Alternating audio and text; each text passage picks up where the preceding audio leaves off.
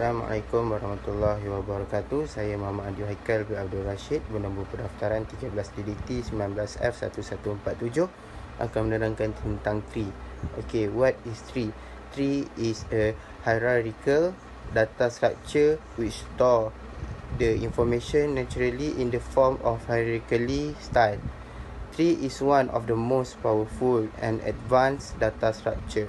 It is a non-linear data structure compared to array, linked list, stack, and queue.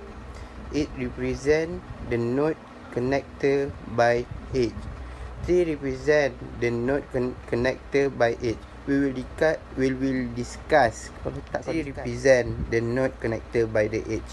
We will discuss binary tree or binary search tree specifically. Binary tree is a special data structure used for data storage purpose. A binary tree has a special condition that each node can have a maximum of 2 children. A binary tree has the benefit of both an ordered array and linked list. As such, is a quit as in a sorted array, and insertion or deletion operation are as fast as in linked list. So we go to the important terms in tree. Okay, firstly we need to know about paths. Paths refer to the sequences of node along the edge of the tree. Second, root. The node at the top of the tree is called root. There is only one root per tree and one path from the root node to any node. Third, parent. Any node except the root node has one edge upward to a node called parent. So next, child. The node below a given node connected by its edge downward is called its child node. Okay, next, leaf. The node which does not have any child node is called the leaf node. Next, subtree. Subtree represent the descendings of a node. Visiting refer to checking the value of a node when control is on the node. Next, traversing mean passing through node in a specific order. And next, level of a node represent the generation of the node. If the root node is at level 0, then its next child node is at level 1. Its grandchild is at level 2, and so on. Next, key represent a value of a node based on which a search operation is to be carried out for a node. Bismillahirrahmanirrahim. Assalamualaikum warahmatullahi wabarakatuh.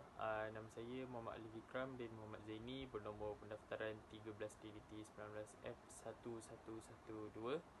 Okey, untuk pembentang ini saya akan menerangkan berkaitan dengan stack. Apa itu stack? Stack adalah satu struktur data linear yang mengikut susunan tertentu, di mana operasi yang dilakukan mungkin dia adalah LIFO ataupun FILO. LIFO itu adalah last in first out, dan yang FILO adalah first in dan last out. First in last out, yes. Okey, stack dia adalah jenis data abstrak dengan kapasiti yang terikat, mana dia ditentukan sebelumnya. Dia adalah satu data structure yang sederhana, dan mungkin dia akan menambah dan membuang elemen dalam urutan yang tertentu, atau sebaliknya, setiap kali elemen dia ditambahkannya, dia berada di bahagian atas tumpukan, di atas stack tu, dan satu-satunya elemen yang dapat dikeluarkan adalah elemen yang berada di bahagian atas stack, sepertinya objek stack. Okey. basic features of stack, iaitu ciri-ciri asas stack. Dia adalah senarai jenis data yang serupa. Lepas tu dia adalah struktur LIFO, last in first out, and FILO, dan boleh dikatakan FILO juga, iaitu first in last out. Lepas itu fungsi push digunakan untuk memasukkan elemen baru ke dalam stack, dan fungsi pop adalah untuk mengeluarkan elemen dari timbunan, daripada timbunan. Yes. Lepas tu kedua-duanya boleh dimasukkan dan dikeluarkan hanya pada satu hujung stack yang disebut sebagai top. Okey, stack pula dikatakan berada dalam keadaan overflow, iaitu bila dia betul-betul penuh, dan juga boleh dikatakan dalam keadaan underflow, iaitu bila dia kosong, bila dia tidak ada isi. Okey, itu berkaitan dengan ciri-ciri asas stack. Okey, untuk pelaksanaan stack dalam struktur, stack ini dapat dilaksanakan dengan mudah dengan menggunakan array ataupun linked list. Susun atur cepat, tetapi saiznya mudah dengan menggunakan array. Lepas tu saiznya terhad, dan dia membatalkan tautan dan menyapindahkan, tetapi ukurannya tidak terhad. Okey, lepas tu kita dapat di sini kita boleh faham di mana stack ini dia akan menggunakan pelaksanaan dia akan menggunakan dengan cara array. Okey, lepas tu itu berkaitan dengan implementation, iaitu pelaksanaan stack dalam struktur.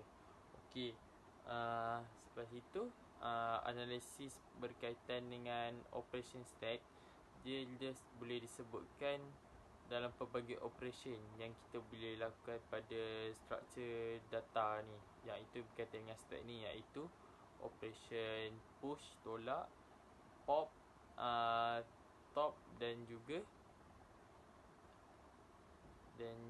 iaitu berkaitan dengan search, iaitu pencarian. Okey, jadi masa dalam kompleksiti untuk bahagian push dan pop, dia adalah kerana dia harus memasukkan atau mengeluarkan data dari bahagian atas stack yang merupakan proses satu langkah. Okey, di sini saya boleh mengatakan sebagai contoh stack adalah buku teks ini, di mana kita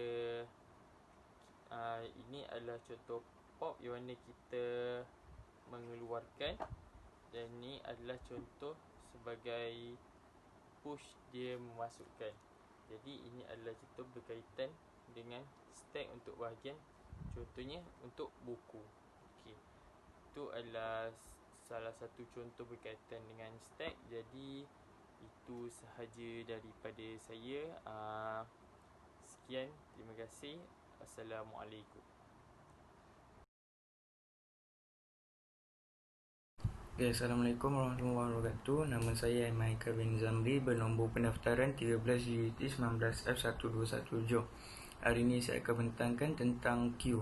So, queue yang pertama, introduction to queue. New items enter at the back or rear of the queue. Bermaksud item baru masuk di belakang atau belakang barisan. Item leave from the front of the queue. Bermaksud item beredar dari barisan hadapan. First in, first out. Bermaksud yang pertama first in, yang pertama masuk, dan pertama yang keluar FIFO. Okay, the first item inserted into a queue is the first item to leave. Okay, bermaksud item pertama yang dimasukkan ke dalam barisan adalah item yang pertama ditinggalkan. The middle elements are logically inaccessible. Bermaksud elemen tengah tidak dapat diakses secara logik. Important in simulation and analyzing the behavior of complex system. Penting dalam simulasi dan menganalisis tingkah laku sistem yang kompleks. Okay, Q ni maksud dia adalah struktur data abstrak agak serupa dengan stack lah. Dia lebih kurang macam stack. Tidak seperti stack. Q ni dia terbuka kedua hujung dia. Maksudnya hujung di hadapan dan hujung di belakang.